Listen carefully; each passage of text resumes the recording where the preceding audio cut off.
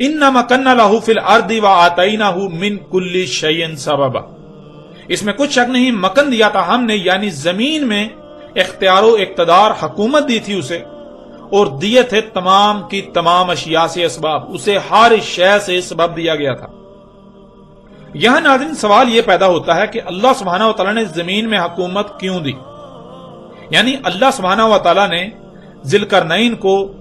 زمین میں حکومت کیوں دی اور تمام کی تمام اشیاء سے اسباب کیوں دیے؟ تو پہلے اس سوال کا جواب قرآن سے ہی حاصل کرتے ہیں، اس کے بعد انتہائی آسان مثال کے ساتھ اس کے جواب کو ایک دوسرے پہلو سے بھی واضح کریں گے۔ جب اللہ سبحانہ و تعالیٰ سے سوال کیا جائے تو اللہ سبحانہ و تعالیٰ اس سوال کا قرآن میں یوں جواب دیتا ہے، الذین ان مکناہم فی الارض اقاموا الصلاۃ وآتوا الزکاۃ وامروا بالمعروف ونہوا عن المنکر وللہ عاقبۃ الامور۔ ایسے لوگ اگر انہیں مکن دیا جاتا ہے ارض میں، یعنی جنہیں زمین میں اختیار و اقتدار، حکومت دی جاتی ہے، تو کیوں دی جاتی ہے؟ اس لیے دی جاتی ہے کہ وہ قائم کر رہے ہوں الصلاۃ اور دے رہے ہوں زکوٰۃ اور امر کر رہے ہوں معروف سے، یعنی انہیں جو اختیار دیا گیا، جو حکومت دی گئی، تو وہ اس اختیار کا استعمال کرتے ہوئے انسانوں سے وہ کام کرواتے ہیں جن کے کرنے کا حکم دیا گیا، اور روکتے ہیں ان کاموں سے، ان معاملات سے جن سے رکنے کا کہا گیا۔ اور اللہ کے لیے ہے تمام کے تمام کاموں کا انجام، یعنی جنہیں زمین میں حکومت دی جاتی ہے تو جس مقصد کے لیے حکومت دی جاتی ہے وہ بالکل واضح کر دیا۔ اگر وہ ایسا نہیں کرتے تو پھر جان لیں کہ ایسا نہیں ہے کہ انہیں کوئی پوچھنے والا نہیں، وہ زمین پر اقتدار و اختیار ملنے پر جو جی میں آئے کرتے رہیں، انہیں کوئی پوچھنے والا نہیں، انہیں کوئی زوال نہیں، ایسا نہیں ہے، بلکہ اللہ سبحانہ و تعالی نے سب کچھ قدر یعنی پورے حساب کتاب کے ساتھ خلق کیا، اس لیے ہر کام کا انجام، ہر کام کا نتیجہ وہی نکلے گا جو اللہ نے طے کر دیا۔ اگر زمین میں حکومت ملنے پر اس کا حق ادا نہیں کیا جاتا، جس مقصد کے لیے زمین میں حکومت دی گئی اس مقصد کو پورا نہیں کیا جاتا، تو وقتی طور پر تو زمین میں ان کے پاس اختیار ہے، وہ جو جی چاہے کریں، لیکن بالآخر جب نتائج سامنے آئیں گے تو نتائج ان کی مرضی کے مطابق نہیں بلکہ وہی سامنے آئیں گے جو اللہ نے طے کر دیے۔ اس آیت میں اللہ سبحانہ تعالیٰ نے یہ بات واضح کر دی کہ اللہ سبحانہ تعالیٰ زمین میں جن کو بھی حکومت، اقتدار و اختیار دیتا ہے تو اس لیے کہ الصلاۃ قائم کریں۔ آگے بڑھنے سے پہلے جب تک لفظ الصلاۃ کی سمجھ نہیں آئے گی تب تک آگے بڑھنے کا کوئی فائدہ نہیں ہوگا۔ ناظرین، نہ صرف عربی بلکہ دنیا میں یہ ایک عام اصول ہے، اگر کسی بھی بات یا شے کی سمجھ نہ آئے تو اس کی ضد کو جان لیا جائے، اس بات یا اس شے کی خود بخود سمجھ آ جائے گی۔ قرآن میں تمام کے تمام انسانوں کو صرف اور صرف ایک ہی کام کا حکم دیا گیا، اس کے علاوہ کسی دوسرے کام کا حکم نہیں دیا گیا، اور وہ ہے الصلاۃ۔ پورے قرآن میں اسی ایک حکم کی ہر پہلو سے وضاحت کی گئی کہ الصلاۃ کیا ہے، اسے کب کب کیسے کیسے قائم کرنا ہے، اور یہ کس طرح قائم ہوگی، اسے قائم کرنے کے لیے تمہیں کیا بننا ہوگا وغیرہ۔ یعنی پورے کے پورے قرآن میں جتنے بھی احکامات دیے گئے ہیں وہ الصلاۃ کے ہی ذیلی احکامات ہیں، اور پھر الصلاۃ قائم نہ کرنے کی وجہ سے انسانوں کو کن نقصانات کا سامنا کرنا پڑے گا اس کی بھی ہر لحاظ سے، ہر پہلو سے کھول کھول کر وضاحت کر دی گئی۔ یعنی قرآن میں لفظ الصلاۃ کا حکم دیا گیا، اور اگر الصلاۃ کا قیام نہیں ہوگا تو پھر کیا ہوگا اس کا ذکر کر دیا گیا، اور اس کے لیے لفظ فساد کا استعمال کیا گیا۔ پورے کے پورے قرآن میں لفظ الصلاۃ کی ضد فساد آئی ہے۔ مثال کے طور پر آپ قرآن کی ابتدا کو ہی لے لیں، ابتدا کو ہی دیکھ لیں، قرآن کی سب سے پہلی سورت الفاتحہ ہے جسے ام القرآن کہا گیا، یعنی الفاتحہ پورے قرآن کی ماں ہے، پورے کا پورا قرآن اسی سے نکلا، پورے کا پورا قرآن اسی ایک سورت کی وضاحت ہے۔ اور جب سورہ البقرہ سے اس کی وضاحت شروع ہوتی ہے تو آپ دیکھیں کہ سورہ البقرہ کی پہلی 5 آیات میں ان لوگوں کا ذکر کیا گیا جو فلاح پانے والے ہیں، ان کی فلاح کے لیے صرف ایک ہی کام کا حکم دیا گیا، اور وہ ہے الصلاۃ۔ اور اگلی 5 آیات میں اللہ سبحانہ وتعالی نے ان لوگوں کا ذکر کیا جو الصلاۃ قائم نہیں کرتے، اور پھر ان کا انجام کیا ہے، یعنی جو جہنم میں جائیں گے، جو فلاح نہیں پائیں گے، اور آیت نمبر 11 اور 12 میں یہ بات واضح کر دی کہ ان لوگوں کو الصلاۃ کا حکم دیا گیا، لیکن یہ لوگ الصلاۃ کی بجائے اس کی ضد فساد کر رہے ہیں۔ فساد لفظ بنا ہے فساد سے، اور فساد دو الفاظ کا مجموعہ ہے، فس اور صد۔ فس عربی میں کہتے ہیں تبدیلی کو، بدلاؤ کو، کسی شے کا اپنی اصل حالت میں نہ رہنا، اس میں تبدیلی کا ہونا، اور صد کہتے ہیں رکاوٹ کو۔ اب ان دونوں الفاظ کو جمع کیا جائے تو لفظ فساد وجود میں آئے گا، جس کے معنی بنتے ہیں شے کا اپنی اصل حالت میں نہ رہنا، اس میں کسی تبدیلی کا ہونا جس سے اس میں رکاوٹ پیدا ہو جائے۔ یعنی جیسے ایک مشین کئی پرزوں کا مرکب ہوتی ہے، تمام کے تمام پرزوں میں ربط قائم ہوتا ہے جب تک کہ تمام کے تمام پرزے اپنے اپنے مقام پر رہتے ہوئے اپنی اپنی ذمہ داری پوری کرتے ہیں، پوری مشین ٹھیک رہتی ہے، اس میں قائم توازن برقرار رہتا ہے، اس میں نظم تسلسل قائم رہتا ہے۔ اگر مشین میں کہیں بھی کوئی تبدیلی واقع ہو، کسی پرزے کو اس کے مقام سے ہٹا دیا جائے، تبدیلی کر دی جائے، بدلاؤ آ جائے، تو پرزوں میں ربط ٹوٹ جائے گا، جس سے مشین میں قائم تسلسل نظم میں رکاوٹ آ جائے گی، اسے فساد کہتے ہیں۔ اور پھر ظاہر ہے یہ کس کی ضد ہو سکتا ہے؟ یہ ضد ہے ہر شے کا اپنے اصل مقام پر رہنا، اس میں کسی بھی قسم کی کوئی تبدیلی کا نہ ہونا، شے کا اپنی اصل حالت میں ہونا یا رہنا جس سے اس میں توازن تسلسل ربط قائم رہے، اس میں کسی بھی قسم کی رکاوٹ پیدا نہ ہو۔ اور عربی میں اس کے لیے لفظ سل کا استعمال ہوتا ہے۔ سل، اسی سے لفظ الصلاۃ بنا ہے۔ لفظ الصلاۃ 4 الفاظ کا مجموعہ ہے، ال، سل، الف اور تا یعنی تے۔ عربی کا اصول ہے کہ جب بھی کسی مخصوص شے کا ذکر کرنا مقصود ہو تو اس کے شروع میں ال یعنی الف لام کا استعمال کیا جاتا ہے، آگے لفظ سل آ جاتا ہے جس کے معنی آپ جان چکے ہیں، اور آگے آ جاتا ہے الف۔ عربی گرامر کے مطابق الف اگر کسی بھی لفظ کے شروع میں آئے تو اسے سوالیہ بنا دیتا ہے، اور اگر آخر میں آئے تو اسے ماضی کا صیغہ بنا دیتا ہے، اور اگر درمیان میں آئے تو جس کا ذکر کیا جا رہا ہے، جس کی بات کی جا رہی ہے، اس کا کل بنا دیتا ہے، اس میں سے کسی کو بھی مستثنا قرار نہیں دیتا۔ اور آخر میں تا ہے جو کہ براہ راست اس کا اظہار کرتی ہے جس کے بارے میں بات کی جا رہی ہو،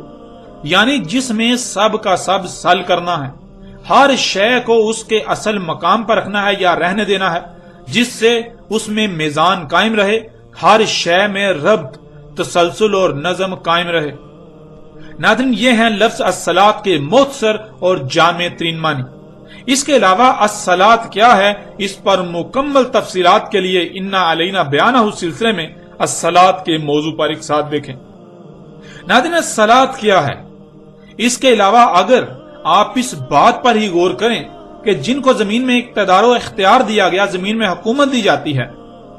اس لیے دی جاتی ہے کہ وہ صلاۃ قائم کریں، تو غور کریں اگر صلاۃ کا مطلب یا صلاۃ سے مراد نماز ہوتی تو کیا نماز کے لیے زمین میں حکومت، اقتدار و اختیار کا حاصل ہونا لازم ہے، شرط ہے؟ اگر زمین پر اقتدار و اختیار دیا جا رہا ہے، زمین میں اقتدار حکومت دی جا رہی ہے، تو آخر حکومت کس مقصد کے لیے دی جاتی ہے؟ اس میں تو کوئی دو رائے نہیں، حکومت تو نظام چلانے کو کہتے ہیں، شے کی دیکھ بھال کرنے، اس کا نظام چلانے کو کہتے ہیں۔ اور اگر زمین پر اختیار دیا جا رہا ہے، زمین میں اقتدار حکومت دی جا رہی ہے، تو آخر حکومت کس مقصد کے لیے دی جاتی ہے؟ اس میں تو کوئی دو رائے نہیں کہ حکومت تو نظام چلانے کو ہی کہتے ہیں، تو زمین میں حکومت دی جا رہی ہے تو ظاہر ہے نظام چلانے کے لیے دی جا رہی ہے کہ زمین کی دیکھ بھال کی جائے، کوئی بھی زمین میں خرابیاں نہ کر سکے، اگر پہلے سے کوئی خرابیاں کی گئی ہیں تو ان کی اصلاح کی جائے، اگر خرابیاں کی جا رہی ہیں، فطرت میں پنگے لیے جا رہے ہیں تو ان کو روکا جائے، ایسا کرنے والوں کو ڈنڈے کے ساتھ، سختی کے ساتھ روکا جائے۔ اب ناظرین ذرا غور کریں، ذوالقرنین علیہ السلام کو اگر مکن دیا گیا، یعنی زمین میں حکومت دی گئی، زمین میں اقتدار و اختیار دیا گیا، تو ظاہر ہے اس لیے دیا گیا تاکہ وہ الصلاۃ قائم کریں، یعنی زمین میں تمام کی تمام مخلوقات کو ان کے اپنے اصل مقام پر رکھیں۔ اگر فساد کیا جا رہا ہے تو نہ صرف فساد روکیں بلکہ زمین کی اصلاح کریں۔ یعنی اگر آپ اپنی گاڑی کسی کو دیتے ہیں تو کس مقصد کے لیے دیں گے؟ ظاہر ہے تاکہ وہ اسے چلائے اور اس کی دیکھ بھال کرے، اگر اس میں کوئی خرابی ہو تو اس کی اصلاح بھی کرے، اس کی خرابی کو دور بھی کرے۔ ذوالقرنین کو اللہ سبحانہ وتعالی نے زمین میں مکن دیا تو اس لیے تاکہ الصلاۃ قائم کریں، زمین کی تمام مخلوقات کو ان کے اصل مقامات پر رکھیں یا رہنے دیں۔ اگر زمین میں فساد ہو رہا ہے تو اس فساد کا رستہ روکیں اور زمین میں اصلاح کریں، زمین کی اصلاح کریں۔ اور یہی وہ وجہ تھی جس وجہ سے ذوالقرنین کو تمام کی تمام اشیاء سے اسباب دیے گئے۔ تمام کی تمام اشیاء سے اسباب دینا ہی اس بات کی وضاحت کر رہا ہے کہ ان سے پہلے زمین میں جن جن کو مکن حاصل تھا انہوں نے یا تو زمین کی تمام اشیاء میں فساد کر دیا ہوا تھا یا پھر فساد زدہ کر رہے تھے۔ اگر اس فساد کو نہ روکا جاتا، اگر ان کو نہ روکا جاتا تو زمین تباہ و برباد ہو جاتی۔ اس لیے تمام کی تمام اشیاء سے اسباب دیے گئے ذوالقرنین علیہ السلام کو تاکہ وہ ان اسباب کو بروئے کار لاتے ہوئے زمین کی اصلاح کریں، مفسدین کا رستہ روکیں۔ تو اگر ایسی شخصیت جسے ذوالقرنین کہا جا رہا ہے، یعنی وہ شخصیت جسے زمین کے مغرب و مشرق تک کا اقتدار کیا گیا، وہ شخص زمین میں کہیں جاتا ہے تو کیا وہ گھومنے پھرنے جائے گا؟ نہیں، وہ گھومنے پھرنے نہیں بلکہ اسی مقصد سے جائے گا کہ وہاں فساد کیا جا رہا ہے تاکہ اس فساد کا رستہ روکا جائے، اور وہاں اصلاح درکار ہے، زمین میں اصلاح کی جائے، زمین کی اصلاح کی جائے۔ اب اگلی آیات میں دیکھیں اللہ سبحانہ وتعالی نے کیا کہا، فَأَتْبَعَ سَبَبًا، پس اتباع کی یعنی پیچھے چلا ان اسباب میں سے ایک سبب کے جو ہم نے اسے دیے تھے۔ ناظرین، تبع کہتے ہیں کسی کے پیچھے چلنے کو۔ مثلا اگر آپ کے پاس کوئی ایسے ذرائع ہیں، ایسے اسباب ہیں جو آپ کے پاس خبریں لاتے ہیں تو ان کے پیچھے جانے کو اتباع کہتے ہیں، عربی میں تبع کہتے ہیں۔ اب ذوالقرنین نے یعنی اس شخص نے جسے زمین کے مغرب و مشرق تک کی حکومت دی گئی تھی، اقتدار دیا گیا تھا، اس نے اللہ کے دیے ہوئے اسباب میں سے ایک سبب کی اتباع کی، اس کے پیچھے چلا۔ یعنی بالکل واضح ہے کہ ذوالقرنین کو یعنی اس شخص کو جسے زمین کے مغرب و مشرق تک کا اقتدار دیا گیا تھا، اسے زمین میں مکن اس لیے دیا گیا تاکہ وہ صلاۃ قائم کرے، اور صلاۃ کے لیے اسباب کی ضرورت ہوتی ہے، اور اسی مقصد کے لیے اللہ سبحانہ وتعالی نے اسے تمام کی تمام اشیاء سے اسباب دیے۔ اب زمین میں کہاں کہاں کیا کیا ہو رہا ہے اس کی معلومات کے لیے زمین میں سے خبروں کا آنا لازم ہے، اس کی معلومات کے لیے زمین سے خبروں کا آنا لازم ہے تاکہ ان خبروں کی بنیاد پر جہاں جہاں فساد ہو رہا ہے تو وہاں وہاں فساد کو روک کر اصلاح کی جائے۔ تو اسباب میں سے ایک سبب کے ذریعے اس کے پاس زمین کے کسی خطے کی خبر آئی کہ وہاں فساد ہو رہا ہے، جسے روکنے کے لیے اس سبب کی اتباع کی یعنی اس کے پیچھے گئے،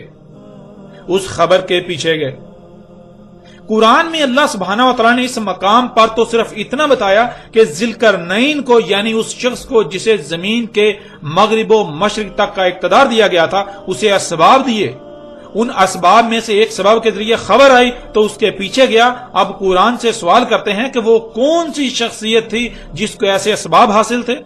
جس کو ایسے اسباب دیے گئے تھے، اور ان اسباب کے ذریعے اس شخصیت کے پاس زمین سے خبریں آتی اور وہ شخصیت ان اسباب کی اتباع کرتی یعنی ان کے پیچھے جاتی۔ جب قرآن سے یہ سوال کیا جائے تو آپ حیران رہ جائیں گے کہ قرآن میں اللہ سبحانہ تعالیٰ نے اس حوالے سے کیا رہنمائی کی، کیسا جواب دیا۔ وَتَفَقَّدَ الطَّيْرَ فَقَالَ مَا لِيَ لَا أَرَى الْهُدْهُدَ أَمْ كَانَ مِنَ الْغَائِبِينَ لَأُعَذِّبَنَّهُ عَذَابًا شَدِيدًا أَوْ لَأَذْبَحَنَّهُ أَوْ لَيَأْتِينِي بِسُلْطَانٍ مُبِينٍ فَمَكَثَ غَيْرَ بَعِيدٍ فَقَالَ أَحَطتُ بِمَا لَمْ تُحِطْ بِهِ وَجِئْتُكَ مِنْ سَبَأٍ بِنَبَأٍ يَقِينٍ إِنِّي وَجَدتُّ امْرَأَةً تَمْلِكُهُمْ وَأُوتِيَتْ مِنْ كُلِّ شَيْءٍ وَلَهَا عَرْشٌ عَظِيمٌ۔ اس وقت آپ کو اسکرین پر سورہ نمل کی 20 تا 23 تک آیات نظر آ رہی ہیں۔ ان آیات میں سلیمان علیہ السلام الہدہد کے بارے میں پوچھتے ہیں کہ وہ کہاں ہے، کیا وہ غائب ہے یعنی سامنے موجود نہیں ہے؟ اگر وہ بغیر کسی معقول وجہ کے غیر حاضر ہے تو اسے اس کے عمل کی شدید سزا دی جائے گی، اور زیادہ وقت نہیں گزرتا کہ الہدہد حاضر ہوتا ہے اور ساتھ کہتا ہے کہ وہ سبا سے یقینی نبا کے ساتھ آیا ہے۔ اس نے ایک عورت کو دیکھا جو ان پر حکومت کرتی ہے، اس کو تمام کی تمام اشیاء سے دیا گیا، اور اس کا عرش عظیم ہے، یعنی اس کا اقتدار بہت مضبوط ہے، اتنا مضبوط کہ اگر اس کے اقتدار کو نکال دیا جائے تو پیچھے زمین میں جتنی بھی حکومتیں اور اقتدار بچتے ہیں ان کی اہمیت اور حیثیت ایسی ہی رہ جائے گی جیسے کہ جسم سے تمام کی تمام ہڈی نکال دینے سے پیچھے جسم کی اہمیت اور حیثیت رہ جاتی ہے۔ اور اس کے بعد سلیمان علیہ السلام اپنے اس نبا لانے والے سبب کی اتباع کرتے ہیں، یعنی اس کے پیچھے ہو لیتے ہیں جب تک کہ اس معاملے کو نپٹا نہیں لیتے۔ اب ناظرین ذرا غور کریں، ایک مقام پر کہا جا رہا ہے کہ ذی القرنین کو زمین کے مغرب و مشرق تک کا اقتدار دیا گیا، اسے تمام کی تمام اشیاء سے اسباب دیے گئے۔ ذی القرنین یعنی جس شخصیت کو زمین کے مغرب و مشرق تک کا اقتدار دیا گیا، حکومت دی گئی، اس کو تمام کی تمام اشیاء سے اسباب دیے گئے۔ اور قرآن میں دوسرے مقام پر کہا جا رہا ہے کہ وہ سلیمان علیہ السلام تھے جنہیں تمام کی تمام اشیاء سے اسباب دیے گئے تھے، یعنی سلیمان علیہ السلام ہی وہ شخصیت ہے جنہیں زمین کے مغرب و مشرق تک کا اقتدار دیا گیا، حکومت دی گئی تھی۔ وہ سلیمان علیہ السلام ہی تھے جنہیں دو محسوس قرن حاصل تھے، جسے عربی میں ذی القرنین کہا گیا۔ قرآن میں ایک مقام پر کہا جا رہا ہے کہ ذی القرنین یعنی وہ شخصیت جسے زمین کے مغرب و مشرق تک کا اقتدار دیا گیا، حکومت دی گئی، اس کے پاس اسباب میں سے سبب کے ذریعے خبریں آتی اور وہ اس سبب کی اتباع کرتا، یعنی اسباب کے ذریعے آنے والی خبروں کے پیچھے جاتا، زمین میں ہونے والے فساد کو روکتا اور زمین کی اصلاح کرتا۔ تو وہی قرآن میں دوسرے مقام پر کہا جا رہا ہے کہ وہ سلیمان علیہ السلام تھے جن کے پاس ان کو دیے گئے اسباب خبریں لاتے اور سلیمان علیہ السلام ان اسباب کی اتباع کرتے، یعنی ان کے پیچھے چلتے ہوئے زمین میں ہونے والے فساد کو روکتے اور زمین کی اصلاح کرتے۔ اب ناظرین ذرا غور کریں، ذی القرنین علیہ السلام کون تھے؟ ذی القرنین یعنی وہ شخص جسے زمین کے مغرب و مشرق تک کا اقتدار دیا گیا، حکومت دی گئی، جسے زمین کے مغرب و مشرق حاصل تھے۔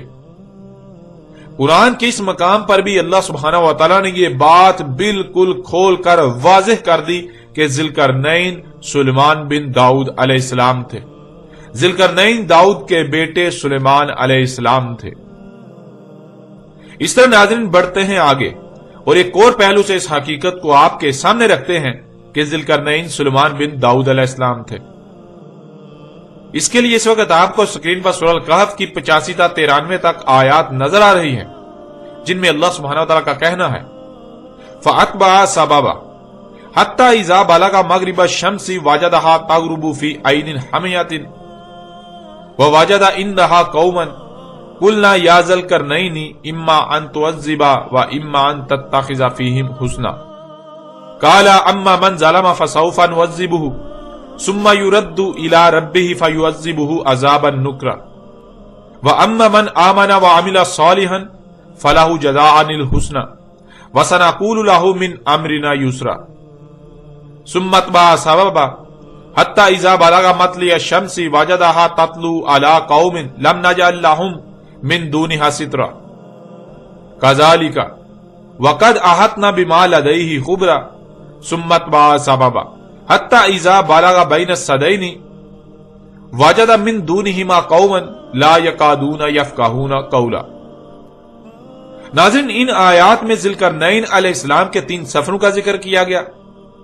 ان میں پہلا سفر مغرب الشمس کی طرف یعنی جہاں سورج ڈوبتا ہوا نظر آتا ہے اس طرف، یہاں تک کہ اس مقام پر پہنچ گئے کہ سورج گرم پانیوں میں ڈوبتا ہوا نظر آ رہا تھا، یعنی مغرب کی طرف جہاں خشکی ختم اور آگے صرف اور صرف سمندر ہے، یوں مغرب کی طرف زمین کے اس خطے پر پہنچے جہاں خشکی ختم اور آگے سمندر ہی سمندر، اور وہاں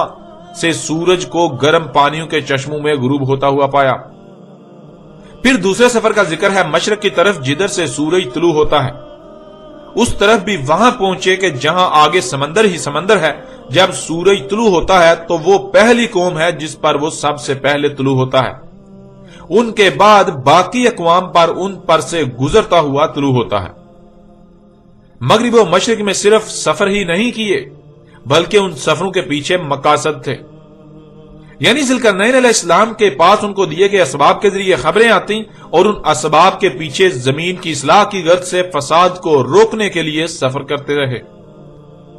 مغرب و مشرق میں 2 صد یعنی 2 رکاوٹیں بنائیں، اور پھر ایک تیسرا سفر کیا تو مغرب و مشرق والی دونوں رکاوٹوں کے درمیان پہنچے، پھر وہاں بھی ایک سد تعمیر کی۔ اب ناظرین ذرا غور کریں، اگر آپ مغرب کی طرف سفر کرتے ہیں تو رستے میں دریا، جھیلیں، خشکی، کھائیاں، پہاڑ، دلدل، مشکل اور کٹھن ترین مقامات، گھاٹیاں، وادیاں، گھنے جنگلات، آبادیاں اور ایسے مشکل ترین خطے آتے ہیں کہ زمینی سفر ناممکن بن جاتا ہے، اور صرف ایک ہی صورت پیچھے رہ جاتی ہے جس کے ذریعے سے سفر کرنا ممکن ہو سکتا ہے، اور وہ ہے ہوائی رستہ۔ ذوالقرنین یعنی وہ شخصیت جسے زمین کے دونوں قرن حاصل تھے، یعنی زمین کے مغرب و مشرق تک کا اقتدار و اختیار حاصل تھا، حکومت حاصل تھی، اس کے پاس فضائی سفر کے بھی اسباب موجود تھے جن کے ذریعے اس نے یہ سفر کیے۔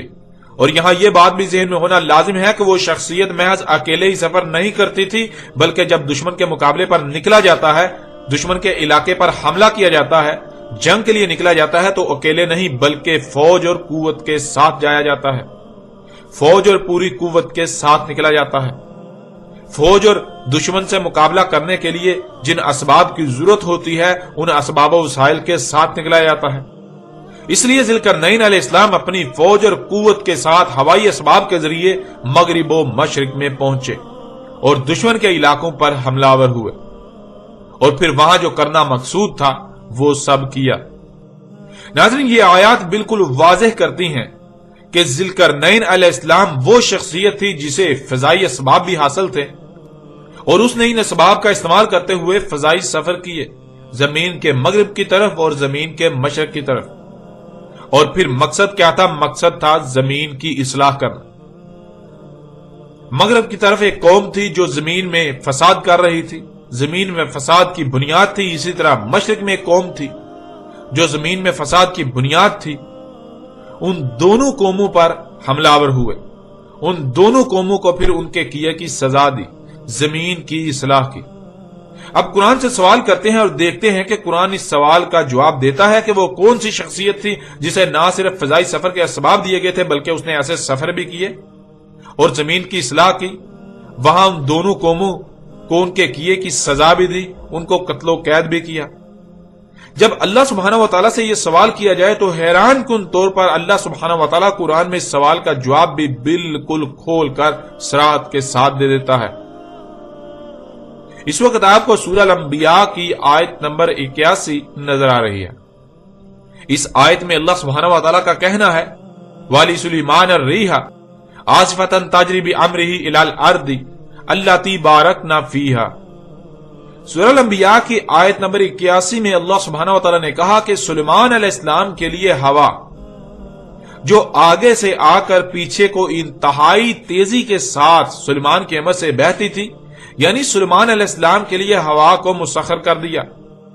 اور ناظرین یہاں یہ بات بھی جان لیں کہ جو کہا جاتا ہے اور عام کر دیا گیا، ہر ایک کے ذہن میں راسخ کر دیا گیا کہ سلیمان علیہ السلام ہوا کو زبان سے حکم دیتے تھے، جدھر چلنے کا حکم دیتے تو ہوا اس طرف رخ کر کے چلنے لگتی، اور پھر سلیمان علیہ السلام کے پاس ایک قالین تھا، وہ اس پر بیٹھ جاتے اور وہ قالین ہوا کے اڑانے سے وہاں پہنچ جاتا جہاں پہنچنا چاہتے تھے۔ ناظرین یہ بات بالکل بے بنیاد اور من گڑت کہانی ہے، اس کا حقیقت کے ساتھ دور دور تک کوئی تعلق نہیں، اس میں حقیقت کا ایک رائی برابر بھی عنصر شامل نہیں ہے۔ ہوا کا مسخر کرنے کا مطلب ہرگز یہ نہیں ہے کہ سلیمان علیہ السلام زبان سے ہوا کو جدھر جی چاہے کہتے کہ اے ہوا چل پڑ تو ہوا چل پڑتی، بلکہ اللہ سبحانہ و تعالیٰ نے بالکل واضح کر دیا کہ سلیمان علیہ السلام کو علم دیا گیا تھا، پھر اس علم کے ذریعے سلیمان علیہ السلام کو اسباب بھی دیے گئے تھے، جیسا کہ آپ ان آیات میں دیکھ سکتے ہیں۔ اس وقت آپ کو اسکرین پر سورہ نمل کی آیت نمبر 15 نظر آ رہی ہے۔ وَلَقَدْ آتَيْنَا دَاوُدَ وَسُلَيْمَانَ عِلْمًا،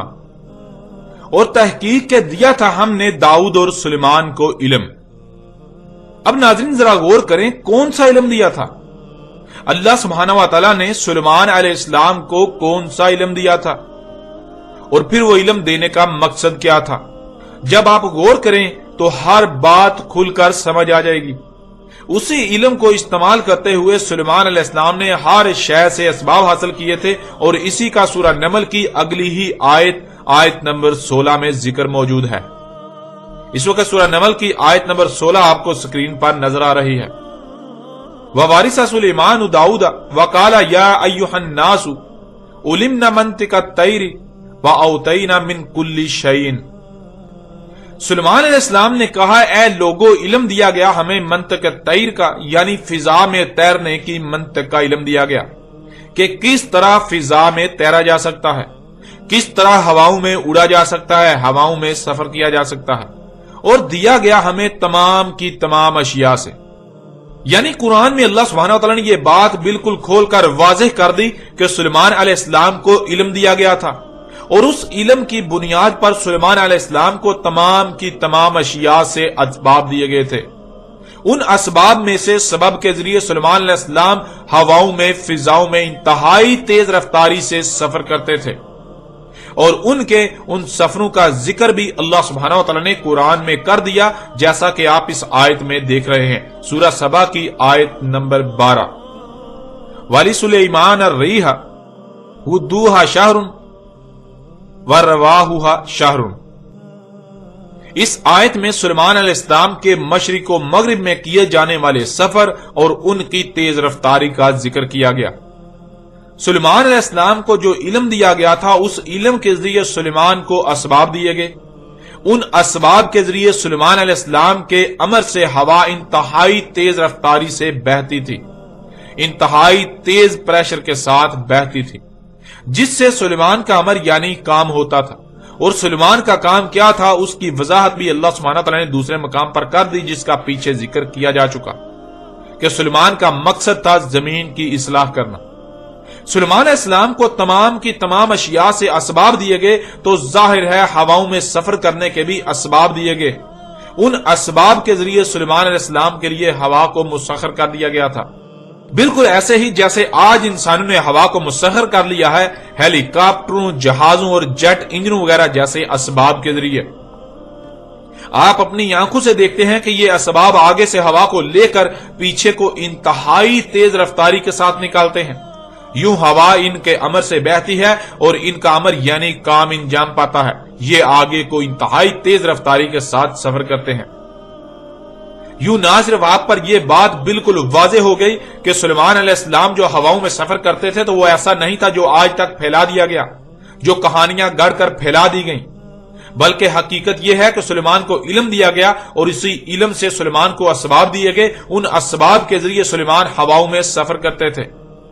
اور وہ سفر بے مقصد اور فضول نہیں ہوتے تھے، بلکہ وہ سفر زمین میں اصلاح کی غرض سے ہوتے تھے، زمین میں فساد کو روکنے کی غرض سے ہوتے تھے۔ ناظرین، اب آپ خود غور کریں کہ سورہ الکہف میں کہا گیا کہ مغرب و مشرق کے ہوائی سفر ذوالقرنین علیہ السلام نے کیے،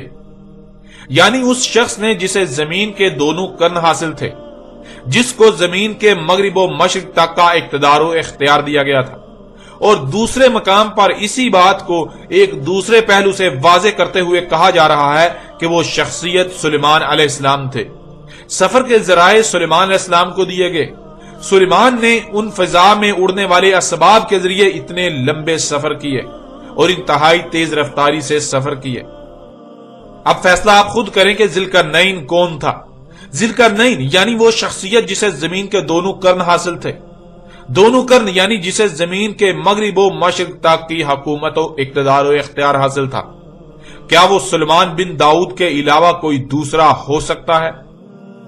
نہیں، بالکل نہیں۔ اللہ سبحانہ وتعالی نے قرآن میں بالکل کھول کر واضح کر دیا کہ ذوالقرنین سلیمان علیہ السلام تھے، نہ کہ کوئی اسکندر اعظم یا سائرس ایرانی نامی مشرک، جنہیں آج تک ذوالقرنین بنا کر پیش کیا جاتا رہا۔ یوں اس پہلو سے بھی آپ نے جان لیا کہ اللہ سبحانہ وتعالی نے قرآن میں کس قدر واضح الفاظ میں ذوالقرنین کا ذکر کیا ہے۔ یہ واضح کر دیا ہے کہ ذوالقرنین کون تھے۔ ذوالقرنین سلیمان علیہ السلام تھے، اور ان ملاؤں کی حقیقت بھی آپ پر بالکل کھل کر واضح ہو گئی کہ جو آج تک یہ کہتے رہے کہ قرآن میں ذوالقرنین کا ذکر تو آیا ہے، لیکن قرآن یہ رہنمائی نہیں کرتا کہ ذوالقرنین کون تھا۔ قرآن اس کا نام بتانے سے قاصر ہے۔ ان لوگوں کی حقیقت بھی بالکل کھل کر آپ پر واضح ہو گئی کہ یہ لوگ آج تک قرآن پر اور اللہ سبحانہ و تعالیٰ پر کتنے عظیم جھوٹ باندھتے رہے، قرآن اور اللہ پر افطرا کرتے رہے، یہ اپنی خواہشات کو دین کا نام دے کر قرآن پر اور اللہ پر بہتانات تراشتے رہے۔ ان لوگوں کی حقیقت بھی ہر لحاظ سے آپ کے سامنے ہے۔ ناظرین، بڑھتے ہیں آگے اور قرآن ہی سے مزید مختلف پہلو سے کھول کھول کر آپ پر واضح کرتے ہیں کہ ذوالقرنین سلیمان علیہ السلام تھے، نہ کہ کوئی دوسری شخصیت۔